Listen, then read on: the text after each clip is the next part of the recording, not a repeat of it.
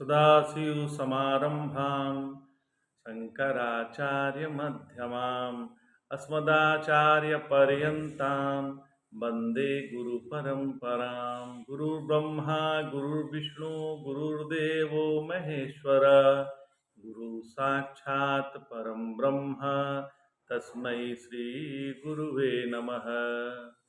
हम लोग गीता के 14वें अध्याय का अध्ययन कर रहे हैं।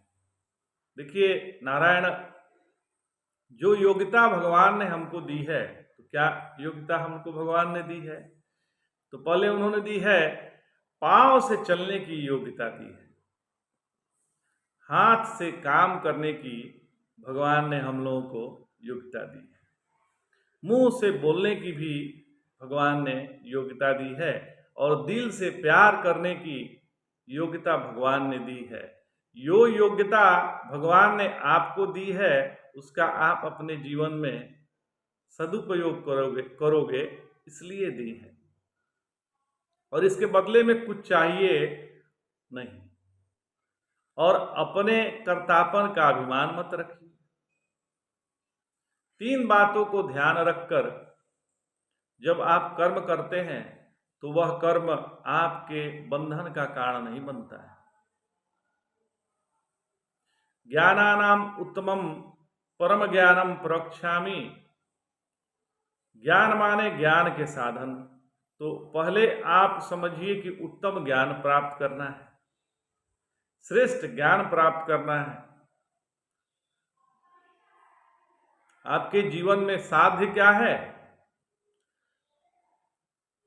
और साधन क्या है? साध्य साधन विवेक कीजिए, आप योग कीजिए, भक्ति कीजिए, अपने को अजर अमर जानकर कीजिए। आप सत्कर्म कीजिए, अपने को अजर अमर जानकर कीजिए। यही जो अमृत का अनुभव है कि हम अजर अमर हैं, अपने जीवन में अमृतत्व का अनुभव यह गीता देती है। बड़े बड़े ऋषि मुनियों को यही ज्ञान प्राप्त हुआ है। परम भूयः प्रवक्ष्यामि ज्ञानानाम ज्ञानमुत्तमम् यज्ञात्वा मुनयः सर्वे परा सिद्धिमितो गताः। ज्ञानों का उत्तम ज्ञान है यह गीता। ज्ञान तो बहुत सारे हैं, ज्ञान की कमी नहीं है, लेकिन ज्ञानों में उत्तम है ये गीता। आपको अमरत्व का संदेश पहले ही दे देती। एक दिन मर जाएंगे ऐसा सोचकर आप कर्म से विमुख मत हो जाइए, सत्कर्म करते चलिए। मर जाएंगे तो पता नहीं क्या होगा, ऐसा सोचकर भक्ति मत छोड़िए। आपको भगवान मिलेंगे और अपने बुद्धि की मंदता देखकर या आप अयोग्यता देखकर निराश मत हो जाइए। आपको भगवत तत्व का ज्ञान होगा। गीता आशा का ग्रंथ है, उत्साह का ग्रंथ है, प्रेरणा का ग्रंथ है, अमृतत्व के प्रदान का ग्रंथ है। छोटी छोटी चीजों से आपका ध्यान हटाता है।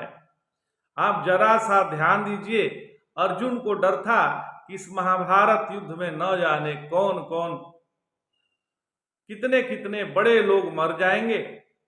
श्री कृष्ण ने कहा कि अरे ये मरेंगे नहीं, इनको तो हमने पहले ही मार चुके हैं, इसके लिए तुम मत डरो। तो ये तो पहले ही मरे हुए हैं। 11वें अध्याय में स्पष्ट दिखा दिया कि ये तो मरे हुए हैं। भगवान ने विश्व जब दर्शन कराया, अपना विराट स्वरूप का दर्शन कराया, उसी समय दिखला दिया कि ये तो पहले ही मरे हुए हैं, और तुम अपने कर्म करते जाओ, अपने धर्म से विमुख मत हो। यह गीता का संदेश है महाराज। तो 14वें अध्याय में इस संदेश को इतने अच्छे ढंग से समझाया है भगवान ने कि ये तो सत्व रज तम की वृत्तियां हैं, ये तो दूसरे में है, ये तो प्रकृति में है, ये तो गुणों की वृत्तियां है, पर तुम स्वयं गुणातीत हो। 14वें अध्याय गुणों को पकड़ने के लिए नहीं है, गुणों को छोड़ने के लिए। गुणातीत होने के लिए है, कहीं कोई आसक्त न हो जाए।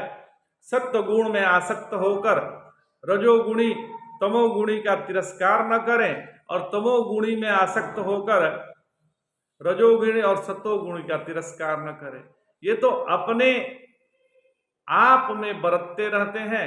आप अपनी स्थिति में सम होकर, भगवान इसी अध्याय में आगे कहेंगे, सम दुख सुख स्वस्थ समलोष्ठा स्म कांचन तुल्य प्रिया प्रियो धीर तुल्य निंदात्म स्तुति। फिर कहेंगे मानापमान्यो तुल्य तुल्यो मित्र मित्रारिपक्षयो हो। इस प्रकार आप अपने जीवन में समता में स्थित रहकर चलते रहिए।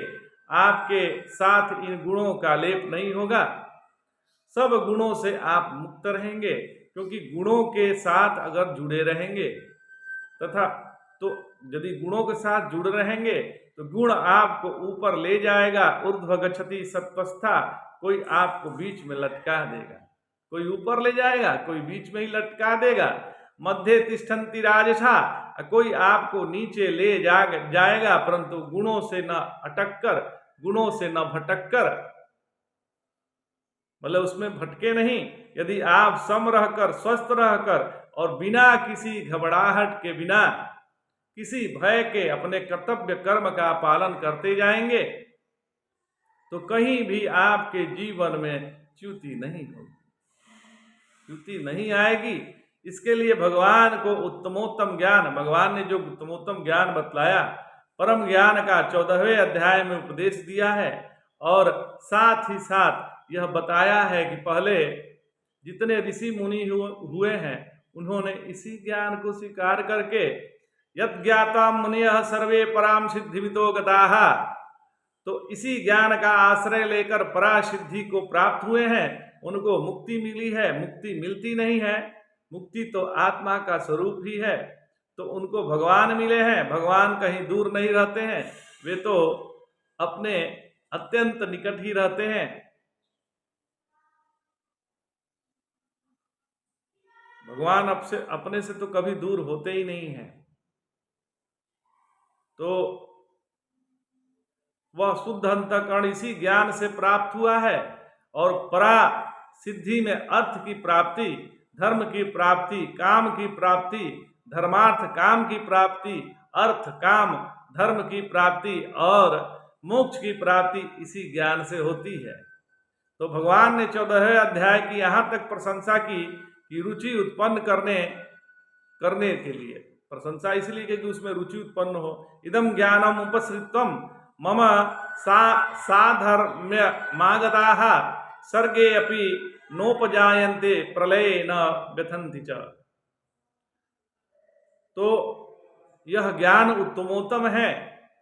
आपको ऐसा सम प्राप्त होगा कि सृष्टि होती रहे, आप नहीं होंगे, आपका जन्म नहीं होगा, और सृष्टि व्याकुल रहे, व्यथ रहे, पीड़ित रहे, परंतु स्वयं पीड़ित हुए बिना ही साक्षी बने रहेंगे, भक्त बने रहेंगे, सत्कर्म कर्ता बने रहेंगे। इदम ज्ञान मुपपाश्रित्य, इसमें विद्वानों ने ऐसा भेद किया, यद ज्ञाता मुनियः सर्वे, ज्ञाता केवल जान लेने मात्र से आप 14वें अध्याय केवल समझ लीजिए। इसमें समझना नहीं है कि हमारा स्वरूप गुणातीत है, और कुछ नहीं समझना है। हमारा स्वरूप ही गुणातीत है। आज इतना ही। जय जय शंकर, हर हर शंकर।